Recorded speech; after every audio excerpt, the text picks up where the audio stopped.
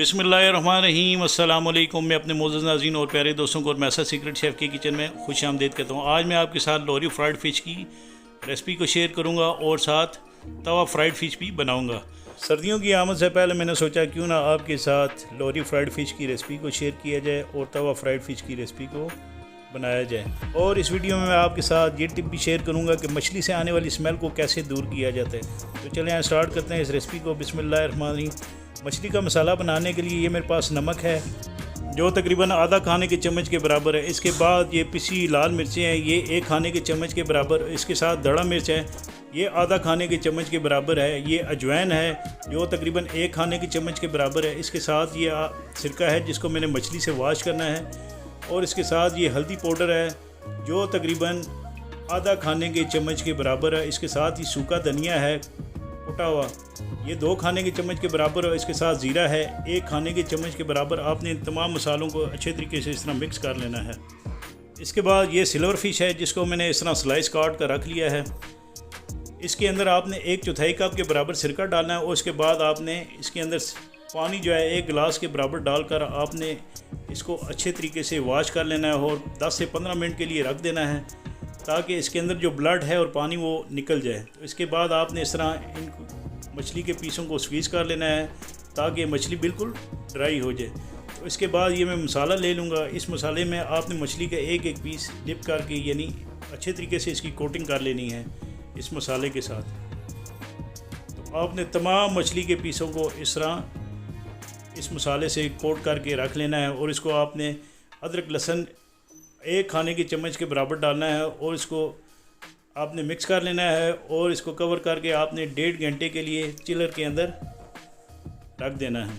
तो इस मछली का बैटर बनाने के लिए सबसे पहले मैं बेसन ले लूँगा 3/4 कप के बराबर और ये आधा कप के बराबर कॉर्नफ्लोर है और लाल मिर्चें हैं आधा खाने के चम्मच के बराबर और ये नमक है, ये आधा खाने के चम्मच के बराबर आपने इसके अंदर डालना है और इसको आपने तमाम चीज़ों को अच्छे तरीके से मिक्स कर लेना है। और 1 कप के बराबर आपने पानी डालना है इसके अंदर। पहले आपने आधा कप डालना है और उसके बाद मज़ीद आपने आधा कप के बराबर डालकर आपने इस बैटर को अच्छे तरीके से मिक्स कर लेना है। आप चाहें तो पिंच जो है फूड कलर का भी आप इसमें इस्तेमाल कर सकते हैं और आपने इसमें थोड़ा सा मज़ीद पानी डालना और ये देखें बैटर इस तरह थिक होना चाहिए। इसके बाद आपने नॉन स्टिक तवा लेना है, इसमें 3 खाने के चम्मच के बराबर ऑयल डालकर आपने इसको गर्म करना है और ये जो बैटर हमने बना के रखा था इस तरह फ़िश के पीस आपने इसमें डिप करने हैं और ग्रिल कर लेने हैं।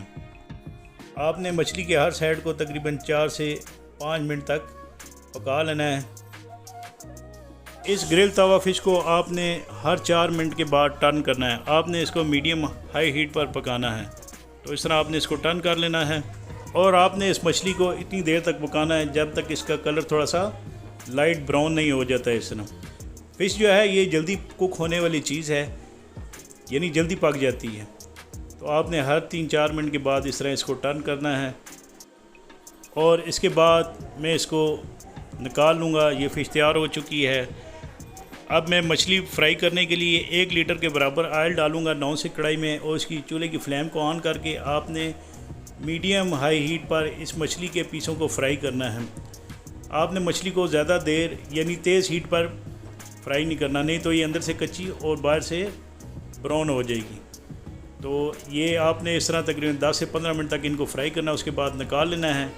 तो इंशाल्लाह मुझे उम्मीद है कि आपको मेरी ये बनाई रेसिपी ज़रूर पसंद आएगी। इसके बाद मैं इसकी प्रेजेंटेशन कर लूँगा। और आपसे एक ही रिक्वेस्ट है, अगर आप मेरे चैनल पर नए हैं तो प्लीज़ मेरे चैनल को सब्सक्राइब, वीडियो को लाइक और शेयर ज़रूर कीजिएगा।